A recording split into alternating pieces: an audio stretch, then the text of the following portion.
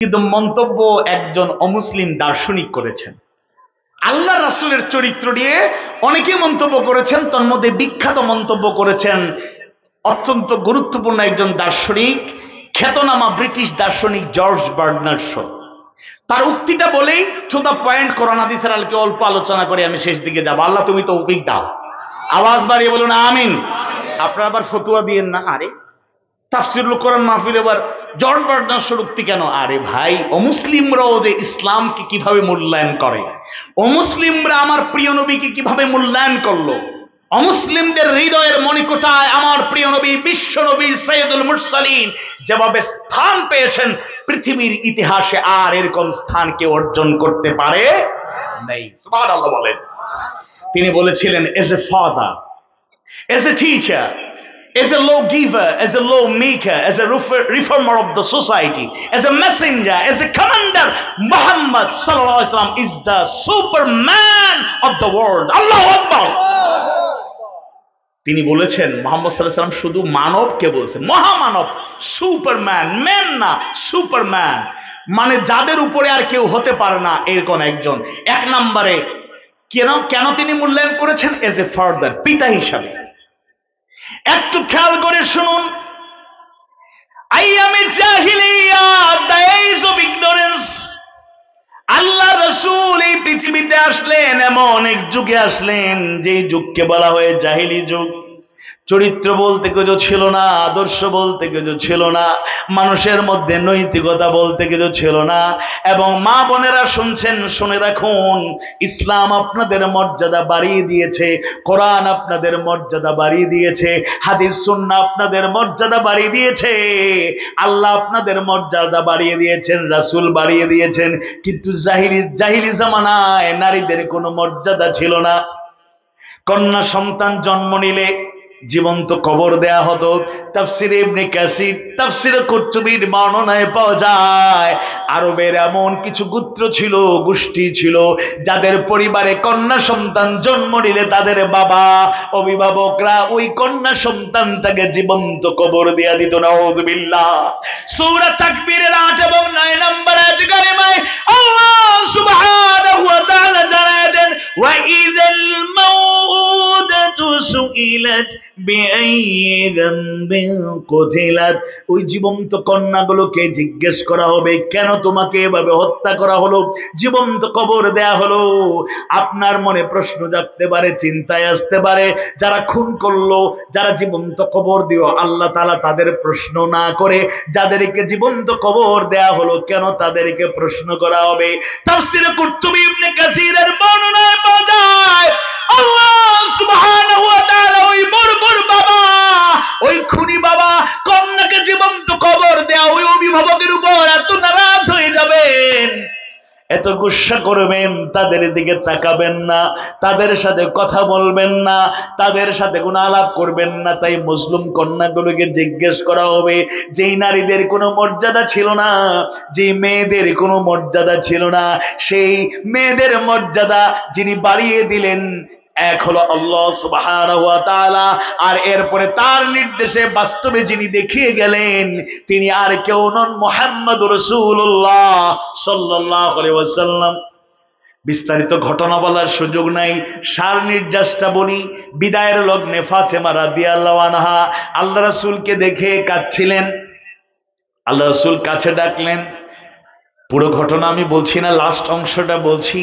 ফাতেমাকে ডাকলেন, ও ফাতেমা, কলিজার টুকরো মেয়ে আমার, তুমি কেঁদো না, তোমার কান্না আমার সহ্য হয় না, তোমার বাবা চলে যাব, আর আমার ইন্তেকালের পরে আত্মীয় স্বজন পরিচিত জনদের মাঝে যার সাথে আমার আগে সাক্ষাৎ হবে, এর মানে দুনিয়ার থেকে যার বিদায় হবে সে আর কেউ নও, সে হলো তুমি ফাতেমা।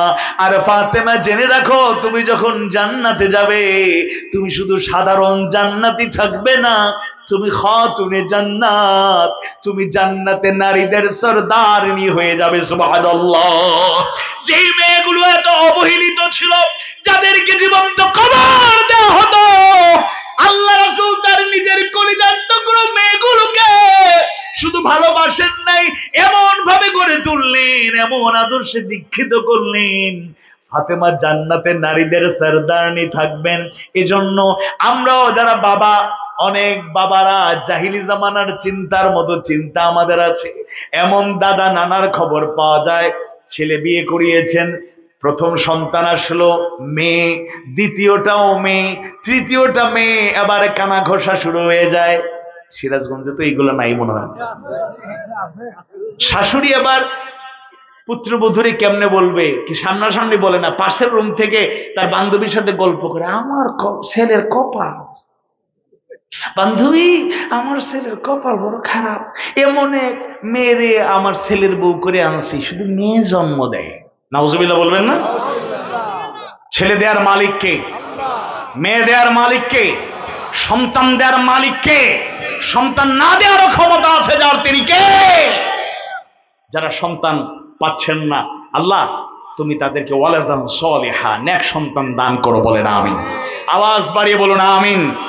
আল্লাহর ওয়াস্তে, আল্লাহর ওয়াস্তে, আল্লাহর ওয়াস্তে মেয়ে হলে মন খারাপ করবেন না। আপনি যেই ছেলের জন্য এত আবেগ প্রকাশ করছেন, মাইন্ড করবেন না। ছেলে যদি মানুষের মতন মানুষ না হয়, এক ছেলেই আপনার জীবনের 12টা বাজাতে সক্ষম। বরং বাবাদের জন্য মেয়েদের মায়া বেশি না কম? ওই জালেমদের, আমি আসলে এরকম এগুলো বলতে চাই না, আমি শিক্ষার জন্য বলছি, আবেগকে নিয়ন্ত্রণ করে বলছি। আল্লাহ তাআলা ওই তাদের জালেমের কারাগারে থাকা অবস্থায় আমাকে প্রথম ছেলে সন্তান দান করলেন। আমি আমার সন্তানটাকে দেখতে পারি নাই, দুনিয়ার আলো দেখার পরেই সে আল্লাহর কাছে জান্নাতে চলে গেল, আমি কিন্তু দেখতে পারি নাই। তার ইন্তেকালের 9 দিন পরে আমার জামিন হয়েছে। যাই হোক, তার এই ইন্তেকালের মধ্য দিয়ে হয়তো আল্লাহ রহম করেছে। এরপরে আল্লাহ তাআলা আমাকে 2টা মেয়ে দিয়েছেন। ওয়াল্লাহি আল্লাহর কসম করে বলি, মেয়েদের পাইয়া আমি অনেক খুশি। প্রথম মেয়ে হওয়ার পরে, দ্বিতীয় মেয়ে হওয়ার পরে আমার এক আত্মীয়, তিনিও আলেম, আমার ফোন দিয়ে এখন কি মন খারাপ, বলছে নাউজুবিল্লাহ মন খারাপ মানে ওই মেয়ে আবার আরেকটা মেয়ে হইলো। আমি বলছি কি হয়েছে? আরো যদি আল্লাহ মেয়ে দেয় আমি তো বেশি খুশি। 2 মেয়ের লালন পালন করলো, জান্নাতে যাওয়ার গ্যারান্টি দিয়েছেন বিশ্বনবী মুহাম্মদ রাসূলুল্লাহ সাল্লাল্লাহু আলাইহি ওয়াসাল্লাম। আর 3 মেয়ে যদি হয় তাহলে আরো বেশি নিশ্চয়তা, বলেন আল্লাহু আকবার। শুনুন, বংশের বাতি আর বংশের বাতি, জাহিলি চিন্তা মাথা থেকে রিমুভ করুন। আর অনেক লোক আছে শুধু ছেলে হয়, ছেলে হয়, মেয়ে হয় না। আমরা একই মায়ের গর্ভে 6 ভাই আর লাস্টে 2 বোন। আমাদের মনে আছে, আব্বা তো ছোটবেলায় ইন্তেকাল করছেন, এতটুকু মনে আছে, আপনারা মাইন্ড করেন না। আমরা 6 ভাই, আমরা একবার আমাদের বড় ভাই আমাদেরকে নিয়ে দোয়া করতেছে, আল্লাহ আমাদের একটা বোন দাও না। সুবহানাল্লাহ বল। এখন বোন, যাই হোক, এখন বোন আসলো, মনে মনে আমি নিয়ত করে রাখছি আমি আজান দেব। এখন আমি তো আগে তো বাসা বাড়িতেই সেই কাজগুলো, এখন তো হসপিটাল ছাড়া উপায় নাই, আর চান্স পাইলে কাটাকাটি সিজার আছে না নাই? যাই হোক, বাস্তবতার কারণে যদি এটা হয় আলহামদুলিল্লাহ, কিন্তু অনেক ক্ষেত্রে এটা একটা ব্যবসায়িক, একটা মানে লাভজনক একটা বিশাল অফার হয়ে গিয়েছে। যাই হোক, সেদিকে আমি যাচ্ছি না। এখন আমার সংবাদ শোনার পরে আমার বড় ভাই গিয়ে আজান দিয়ে দিয়েছেন। আজান শুনে দৌড়ে এসে দিয়ে বড় ভাই আজান দেওয়া শেষ। আমার মন খারাপ ছিল, আমি খাওয়া দাওয়া বন্ধ করে দিয়েছিলাম। আমার আত্মীয়জন ধৈর্য এনে খাওয়াইছে। আমার মন খারাপ যে আমরা এত দোয়া করলাম, আমিও তো দোয়া করছি, আমার বোন হয়েছে, 6 ভাইয়ের পরে এক বোন হয়েছে, আমি কি আজান দেবো না? আমি তো মাদ্রাসায় পড়ি। সুবহানাল্লাহ বলেন। এরপরে আরেক বোন আল্লাহ তাআলা দিয়েছেন, আলহামদুলিল্লাহ। যাই হোক, এই জন্য মেয়ে হলে মন খারাপ করবেন না, ছেলে হোক মেয়ে হোক উভয়ের কদর করব, এটা আল্লাহর ফয়সালা, এটা কেউ জোর করে নিয়ে আসতে পারে না। এই ইয়াকিন না থাকলে আপনি ঈমান বিধ্বংসী কাজ করবেন। আল্লাহ বোঝার তৌফিক দাও, বলেন আমিন। মেয়েদেরকে ঠকাবেন না, আবার মেয়েদেরকে বেশি ভালোবাসতে গিয়ে ছেলেগুলোকে অবহেলা করবেন না। মোটামুটি তাদের মধ্যে একটা সমতা বিধানের চেষ্টা করবেন। কোন কোন পরিবার ছেলেরে বেশি খাওয়াও, এ তো আমাদেরকে দেখবে, পরে দেখবেন দোয়া করে, আল্লাহ আমার ছেলেরে বড় করে, এমন বড় করছে বাবার খবর নেওয়ার টাইম নেই। বাড়িতে মাঝে মাঝে আসে বুড়া বুড়ি, কিছু কইতে চাইলে আব্বা থামো তো, আম্মা ও আম্মা থামো, তুমি কি বুঝো, তুমি 5 পর্যন্ত পড়তে পারো না ভালো কইরা, তোমার বৌমারে জিজ্ঞেস করো, সে তো মাস্টার্স ডিগ্রি পাস, সে এবার মোটামুটি আগামীতে পিএইচডি করবে, এমফিল শেষ হয়ে গেছে, পিএইচডি করবে। বাপরে বাপ, এরকম কপাল পোড়াও আছে না নাই? আওয়াজ বাড়িয়ে বলেন আছে না নাই? এজন্য বাবা হিসাবে, আদর্শ বাবা রাসূল সাল্লাল্লাহু আলাইহি ওয়াসাল্লাম সেই নজির স্থাপন করেছে। এজ এ টিচার, কিছু কিছু মূর্খরা কয় যে রাসূলের দুনিয়ার কোনো জ্ঞান ছিল না, নাউযুবিল্লাহ। আরে মিয়া মূর্খ, ভুলে ভরা জ্ঞান আল্লাহ তার নবীকে দিতে চান নাই, কারণ দুনিয়ার জ্ঞান বিজ্ঞানে ভুল আছে না নাই? কথা বলে না, আছে না নাই? আল্লাহ চাইলে তার নবীকে বিভিন্ন শিক্ষক বানায় দিতে পারতেন। আল্লাহ দুনিয়ার সাধারণ কেউ আল্লাহ রাসূলের শিক্ষক হোক আল্লাহ চান নাই। দুনিয়ার কেউ ভুলে ভরা শিক্ষা আল্লাহ রাসূলকে দিক আল্লাহ চান নাই। সরাসরি জিবরাইল আলাইহিস সালামের মাধ্যমে এমন এক জ্ঞান বিশ্বনবীকে দিয়েছেন দুনিয়াতে যেই জ্ঞানের কোনো তুলনা নাই। বিসমিল্লাহির রহমানির রহিম। আলিফ লাম মিম যালিকাল কিতাবু লা রাইবা ফীহি হুদাল লিল মুত্তাকিন। যালিকাল কিতাব, এটা হলো এমন কিতাব, লা রাইবা ফী, ভুল ত্রুটি থাকা দূরের কথা, সন্দেহ করার মতো কিছু নাই। আল্লাহু আকবার। শুনুন মুসলমানেরা, কোরআন জানি না বলেই পেছনে পড়ে আছি। তিবয়ানান লিকুল্লি শাই, এই কালাম হলো এমন কালাম, সব কিছুর বর্ণনা আছে, সব সমস্যার সমাধান, কথা বলে না, দিতে পারে আল কোরআন, সব সমস্যার সমাধান। নারায়ে তাকবীর, লিল্লাহি তাকবীর।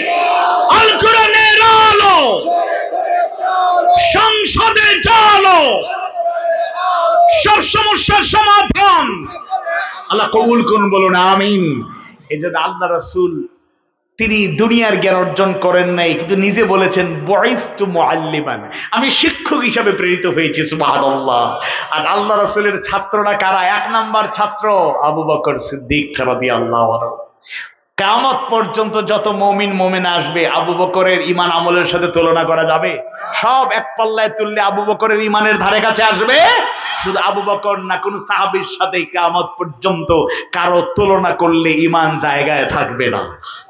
তার আল্লাহ রাসূলের ছাত্র ওমর এমন ভাবে তৈরি করেছেন যে ওমর তরবারি নিয়ে আসছিলেন রাসূলকে কাতাল করার জন্য, সেই ওমরকে আল্লাহ রাসূলের একেবারে কাছের মানুষ বানায় দিলেন। এমন নেতৃত্বের গুণাবলী ওমরের মধ্যে ছিল।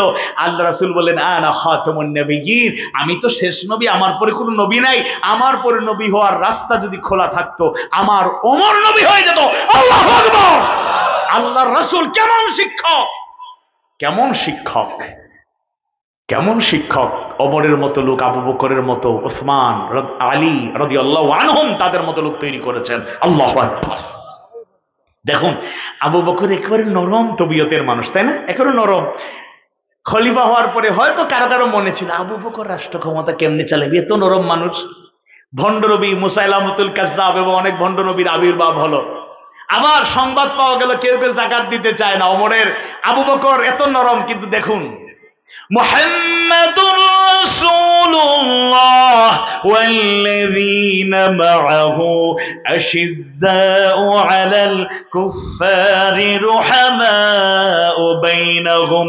মুহাম্মদ সাল্লাল্লাহু আলাইহি সাল্লাম আল্লাহর রাসূল আর তার সঙ্গী সাথী যারা সাহাবায়ে কেরাম আশিদ্দাউ আলাল কুফফার, কুফফারদের ব্যাপারে, কাফেরদের ব্যাপারে, কুফরির ব্যাপারে অত্যন্ত বজ্র কঠোর। রুহামাউ বাইনাহুম, আর নিজেদের জন্য অত্যন্ত কোমল। আল্লাহু আকবার। সব সময় কোমল, কিন্তু যখন ভণ্ড নবীর আবির্ভাব হয়েছে আবু বকর জানিয়ে দিয়েছেন এদের সাথে যুদ্ধের ঘোষণা। যাকাত অস্বীকার করার খবর এসেছে। আবু বকর মেসেজ পাঠিয়ে দিয়েছেন, চিঠির মাধ্যমে গভর্নরকে খবর দিয়েছেন যাকাত শুধু নয়, যাকাতের সাথে রশিও যদি ওয়াজিব হয়ে থাকে, যাকাতের পণ্যের সাথে যদি একটা রশি দিতে কেউ অস্বীকার করে তার বিরুদ্ধে চূড়ান্ত যুদ্ধের ঘোষণা। বুঝেন? এটা ইসলামের জন্য। যে হুজুররা গরম হয় কেন? আমরা তো নরম। وعباد الرحمن الذين يمشون على الأرض هونا وإذا خاطبهم الجاهلون قالوا سلام। আমরা তো সবসময় নরম, হাসি মুখে চলি, কিন্তু যখন অন্যায় আসে মান রাআ মিনকুম মুনকারান ফালইউগাইয়িরু বিয়াদিহি, তখন আমরা হাত দিয়ে, শক্তি দিয়ে বজ্রকণ্ঠে প্রতিবাদ করি, করেই যাব।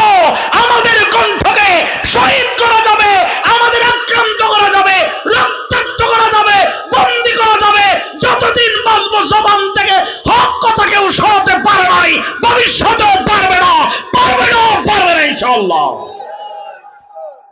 এরপরে একটা কথার ব্যাপারে একটু দ্বিমত, তিনি বলেছেন as a law giver, as a law maker, আইনদাতা প্রণেতা আসলে আল্লাহ রাসূল না, আইন যিনি দেন তিনি কে? আলা লাহুল খালকু ওয়াল আমর। আল্লাহ রাসূল আইনকে প্রয়োগ করেছেন, আল্লাহর দেওয়া আইনকে কি করেছেন? তো তিনি তো একজন মুসলিম দার্শনিক, তিনি তো আর এটা পুরোপুরি জানেন না, তিনি দেখেছেন, দেখে মনে করছেন তিনি তো এত সুন্দর আইন তৈরি করেন, আসলে আইনটা দিয়েছেন কে? আওয়াজ বাড়ি বলুন কে? আইনের ক্ষেত্রেও তিনি দৃষ্টান্ত। As a reformer of the society, জাহিল লোকেরা ছিল সবচেয়ে চরিত্রহীন, সবচেয়ে খারাপ, সমাজটা ছিল একেবারেই খারাপ, কিন্তু যখন আল্লাহ রাসূল সৌন্দর্য প্রতিষ্ঠা করলেন, ইসলাম কায়েম হয়ে গেল। আল ইয়াউমা আকমালতু লাকুম দীনাকুম ওয়া আতমামতু আলাইকুম নি'মাতি ওয়া রাদিতু লাকুমুল ইসলাম দীনা। দিনটা যখন পরিপূর্ণ করে দেয়া হলো, সব জায়গায় সমাজে রাষ্ট্রে ইসলাম কায়েম হয়ে গেল। যেই যুগ ছিল সবচেয়ে খারাপ, যেই সমাজ ছিল সবচেয়ে খারাপ, সেই সমাজ হয়ে গেল সবচেয়ে সেরা। কিয়ামত পর্যন্ত ওইরকম সমাজ আর রাষ্ট্র কেউ কায়েম করতে পারবে? যারা ছিলেন খারাপ তারা হয়ে গেলেন সেরা। খেয়ারকুম ফিল জাহিলিয়া খেয়ারকুম ফিল ইসলাম। এরপরে বলা হয়েছে মেসেঞ্জার, দাঈ হিসাবে, দূত হিসাবে তিনি কাজ করেছেন। সর্বশেষ একটা পয়েন্ট বলেছেন কমান্ডার। এই পয়েন্ট বলে আমি শেষ করব। অনেকেই এখানে আছে, হুজুর শুনেছি কদু খাওয়া সুন্নত। কোন হাদিসের কত নম্বর হাদিস? কদু খাওয়া সুন্নত, বলেন সুবহানাল্লাহ। ঠিক আছে, মিষ্টি জাতীয় খাবার খাওয়া সুন্নত, বলেন আলহামদুলিল্লাহ। এটা মানতে সমস্যা নাই, কিন্তু কিছু লোক আছে তায়েফে আল্লাহ রাসূলকে রক্ত দিতে হয়েছে, আমাদেরকে রক্ত দিতে প্রস্তুত থাকতে হবে, বা নীরব চুপচাপ। শিয়াবে আবু তালিব আল্লাহ রাসূলের সাহাবায়ে কেরামদেরকে 3 বছর বন্দী থাকতে হয়েছে, এবার অনেকেই নীরব। হিজরত করতে হয়েছে, বাড়িঘর ছেড়ে পেছনে ফেলে চলে যেতে হয়েছে মক্কা থেকে মদিনায়, অনেকেই কথা বলে না।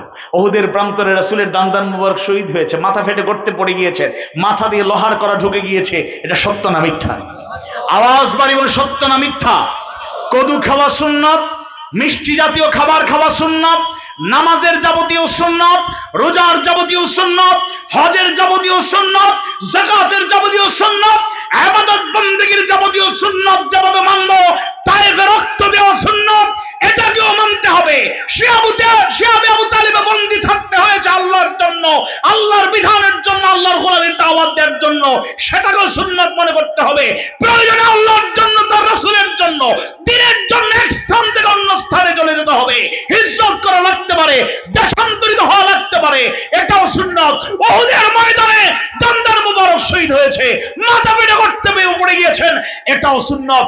আল্লাহর রাসূল চূড়ান্ত লড়াইয়ে সরাসরি অংশগ্রহণ করেছেন, সাহাবায়ে কেরাম অংশগ্রহণ করেছেন। এটাকেও যারা সুন্নাত হিসেবে মানবে না, এরা মতলববাজ, কাপুরুষ এবং মুনাফিকি আলামত তাদের মধ্যে আছে, কোনো সন্দেহ নয়। আসুন সূরা কালামের 4 নম্বর আয়াতে কারিমাকে প্রাধান্য দিয়ে আমি রাসূলের চারিত্রিক সৌন্দর্য, কোরআন হাদিস সুন্নাহর আলোকে মুফাসসিরদের বর্ণনাকে প্রাধান্য দিয়ে বর্তমান প্রেক্ষাপট, বাস্তবতাকে অগ্রাধিকার দিয়ে যে কথাগুলো বলেছি, কথাবার্তা যদি ভুল ত্রুটি হয় আল্লাহ তাআলা ক্ষমা করুন। আর শিক্ষণীয় যে কথাগুলো তুলে ধরার চেষ্টা করেছি, আল্লাহ তাআলা বক্তা, আয়োজক, শ্রোতা সবাইকে আমল করার তৌফিক দিন, বলুন আমিন। আওয়াজ বাড়িয়ে বলুন আমিন।